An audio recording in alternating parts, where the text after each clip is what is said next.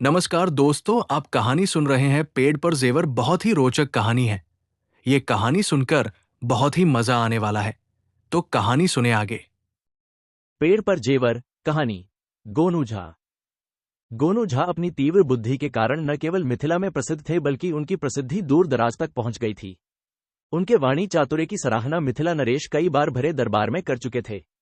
गोनू झा के कारनामों की चर्चा नमक मिर्च लगाकर उनसे जलने वाले भी लोगों से करते रहते थे। गोनू झा ने अपनी अक्लमंदी के नए कीर्तिमान स्थापित किए थे।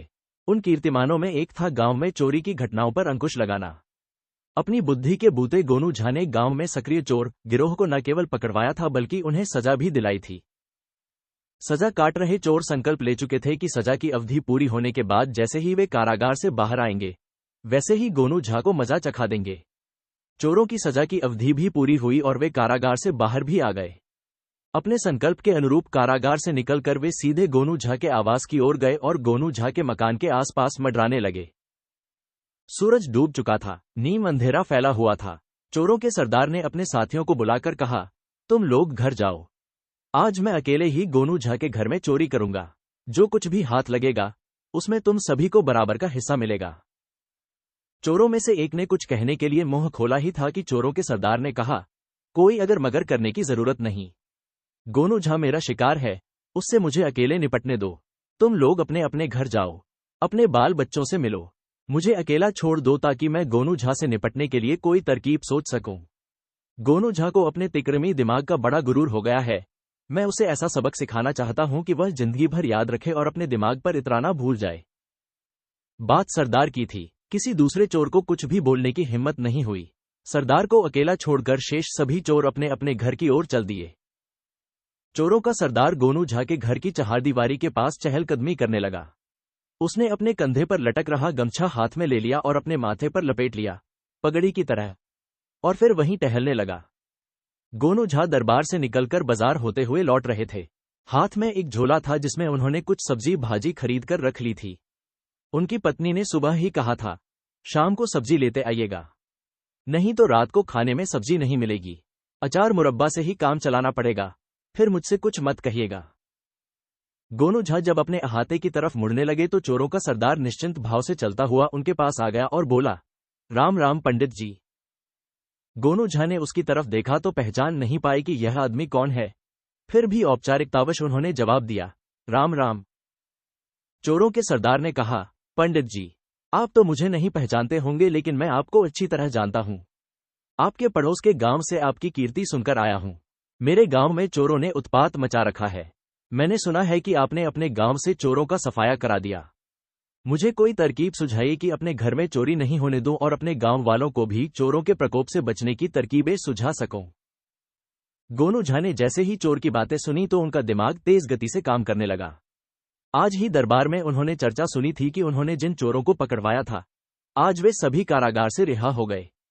इस अजनबी का इस तरह अचानक मिलना और चोरों से बचने की तरकीब पूछना उन्हें सामान्य नहीं लगा। मन में उमड़ रहे संदेह पर काबू पाने की कोशिश करते हुए गोनू झा ने कहा, अरे भाई, पड़ोस के गांव से आए हो तो पड़ोसी हुए, आया हुए कि नहीं, तब बताओ, क्या यह पड़ोसी का व्यवहार है कि दरवाजे पर खड़ा होकर बात करे? आया, बोलो, तरकीब भी बताएंगे और चोर का इलाज भी। लेकिन पहले तुम चलो, एक आध गिलास दूध मट्ठा जो भी घर में होगा उससे तुम्हारा अतिथि सत्कार करने दो। चोरों का सरदार बहुत खुश हुआ। उसे लगा कि मनमांगी मुराद मिल गई है।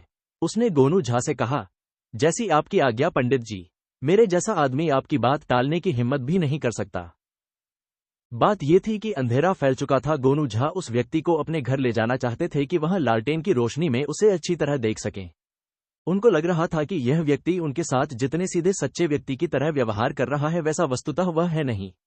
दाल में जरूर कुछ काला है।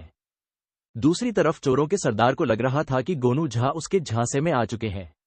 अब जब वह उनके घर जा ही रहा है तो इससे यह फायदा अवश्य मिल जाएगा कि घर में कहां क्या सामान रखा हुआ है, उसका अंदाज तो निश्चय ही आसानी से लग जाएगा। गोनू झा अपने बैठक में चोरों के सरदार के साथ पहुंचे और उसे आसन पर बैठाया तथा पंडिताइन को आवाज देकर लस्सी बनाने को कहा।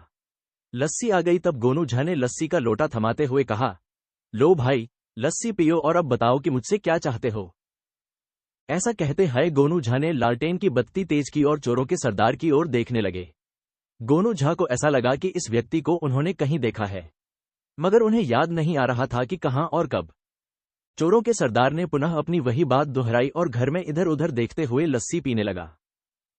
अचानक गोनू झा को याद आया, अरे ये तो वही आदमी है जिसको उन्होंने अपने घर में पलंग के नीचे चोरी की मंशा से छुपे रहने पर एक रात पड़ोसियों को बहुत चालाकी से पुकारकर पकड़वाया था। बस फिर क्या था, उन्होंने क्षण भर में समझ लिया कि यह चोर उनसे बदला लेने के इरादे से ही आया है। उन्होंने इस बात को प्रकट नहीं होने दिया और कहा, अच्छा हुआ भाई तुम यहां आ गए। मुझे लगता है कि भगवान ने ही तुम्हें मेरी मदद के लिए भेजा है। तुम्हारी मदद तो बाद में होगी, मेरी तो समझो की हो गई। चोरों का सरदार गोनू झा की बात सुनकर चकरा गया। अरे यह क्या कह रहे हैं पंडित जी आप, मैंने क्या मदद कर दी आपकी? गोनू झा मुस्कुराते हुए बोले, अरे भाई इतनी सी बात भी नहीं समझे, सचमुच तुम बड़े भोले हो। अरे जब चोरों का उत्पात पड़ोस के गांव में हो रहा है तो क्या चोर जिंदगी भर उसी गांव में चोरी करेंगे? एक दो दिन में किसी दूसरे गांव में जाएंगे कि नहीं? पड़ोस के गांव से निकलकर वे इस गांव में भी तो आ सकते हैं।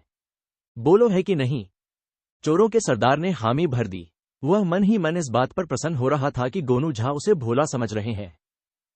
गोनू झा ने कहा, चोरों से बचाव का सबसे सीधा और सरल तरीका है कि घर की कीमती चीजों को एक जगह एकत्रित करके उसकी थैली बना लो और उसे ऐसी जगह रखो जिसके बारे में कोई सोच भी नहीं सके कि ऐसी जगह पर कोई कीमती वस्तु, नकदी और जेवरात आदि भी रख सकता है। मैं तो आज ही अपने घर की तमाम चीजें एकत्रित कर ऐसे ही किसी सुरक्षित स्थान पर रखाऊंगा। न रहेगा बांस, न बजेगी बांसुरी। थोड़ी देर की चपी के बाद उन्होंने कहा, तुम्हारे घर के आसपास कोई पेड़ तो होगा। अपने घर की कीमती वस्तुएं एक थैली में रखकर पेड़ की किसी डाल में अच्छी तरह बांध दो और पेड़ की कुछ पतली टहनियां खींच मचोड़कर उस पर इस तरह झुका दो कि किसी की नजर भी वहां पड़े तो थैली उसे दिखाई न पड़े। चोरों का सरदार बहुत खुश हुआ। गोनू झा ने कहा, चलो भैया अब तुम भी अपने गांव का रास्ता लो। रात गहरा रही है, अंधेरे में रास्ता सूझता नहीं है। जितनी जल्दी हो अपने घर पहुंचो। ऐसा न हो कि तुम यहां चोरी से बचने की तरकीब सीखते रहो और उधर चोर तुम्हारे घर पर हाथ की सफाई दिखा दें। चोरों का सरदार आसन से उठा और गोनू झा को नमस्कार कर वहां से चल दिया। गोनू झा की आंखें उसकी पीठ से चिपकी रहीं। वे समझ रहे थे कि चोर कहीं जाएगा नहीं, और हुआ भी ऐसा ही। गोनू झा के मकान से सटे जो गली थी, चोर उसमें मुड़ गया। ये गली गोनू झा के मकान के पिछवाड़े तक जाती थी। गोनू झा के मकान के पिछवाड़े में आम लीची का बगान था। इस बगान में अमरूद, करौंदा, नींबू आदि के पेड़ थे। गली मकान से इतनी सटी हुई थी कि घर में होने वाली बातें कोई भी गली से गुजरने वाला व्यक्ति सुन सकता था। दरअसल यह गोनू झा की निजी गली थी जो बगान में पहुंचने के लिए बनाई गई थी। स्थिति को भांप चुकने के बाद गोनू झा ने ऊंची आवाज में अपनी पत्नी से कहा, जानती हो पंडिताइन, ये जो भला आदमी आया था वह बता रहा था कि पड़ोस के गांव में चोरों का उत्पात शुरू हो गया है। निकालो अपने जेवर सारे के सारे और देखो मेरे बक्से में जितनी भी नकदी है उसे भी सब लाओ जल्दी से। अभी मैं उन्हें बगीचे में ले जाऊंगा और सुरक्षित स्थान देखकर छुपा आऊंगा। चोरों का क्या भरोसा, आज उस गांव में तो कल इस गांव का रुख करेंगे ही। पंडिताइन चकित होकर बाहर आई और कुछ पूछने को उद्यत हुई तो गोनू झा ने उसे चुप रहने का इशारा किया। चोर कहीं गया नहीं था। गली में गोनू झा के कमरे की खिड़की के पास दुबककर कमरे में होने वाली बातें सुन रहा था। इस बात का एहसास गोनू झा को भी था। गोनू झा अपनी जगह से उठे और चीख कर पूछा, पंडिताइन वह बड़का चद्दर कहाँ है? खोज रहे हैं तो मिलबे नहीं करता है। अरे भगवान, सामान तो ठीक से रखा करो कि जरूरत पड़ने पर तुरंत मिल जाए। पंडिताइन उनकी बात सुनकर खींच उठी और तड़क कर बोली, यह अचानक आपको क्या हो गया? इतना काहे गरज रहे हैं? कौन चद्दर चाहिए? गोनू झा उसी तरह गुस्से में झल्लाते हुए ऊंची आवाज में बोले, सारी रामायण पढ़ गए और सीता किसकी जोरू। अब हम तुमसे कुछ नहीं बताएंगे। मुझे करने दो जो कर रहा हूं, बस अब कुछ बोलना नहीं। चोरों के सरदार ने घर में खटपट की आवाजें सुनी। तकरीबन 1 घंटे तक ये खटाक पटाक रुक रुक कर होता रहा। फिर गोनू झा एक बड़ी सी पोटली सिर पर उठाए आते दिखे।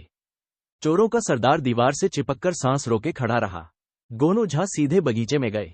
चोरों का सरदार वहीं से बगीचे की आहट लेने लगा। उसने डाल टूटने की आवाज सुनी, पत्ते निचोड़े जाने की आवाजें सुनी, फिर ऐसी आवाज भी सुनी जैसे कोई किसी ऊंची जगह से छलांग लगाने से पैदा होती है। उसने मन ही मन अनुमान लगाया कि गोनू झा के सिर पर जो बड़ी सी पोटली थी उसमें गोनू झा के घर के कीमती सामान, जेवर व नकदी रहे होंगे, जिसे लेकर गोनू झा बगीचे के किसी पेड़ पर चढ़े और किसी डाल पर बांधकर पेड़ से नीचे उतरने के लिए पेड़ की किसी निचली डाल से उन्होंने छलांग लगा दी और अब वे गली की ओर आ रहे होंगे। चोर तेजी से गली के बाहर निकल आया। चोर का अनुमान सही था।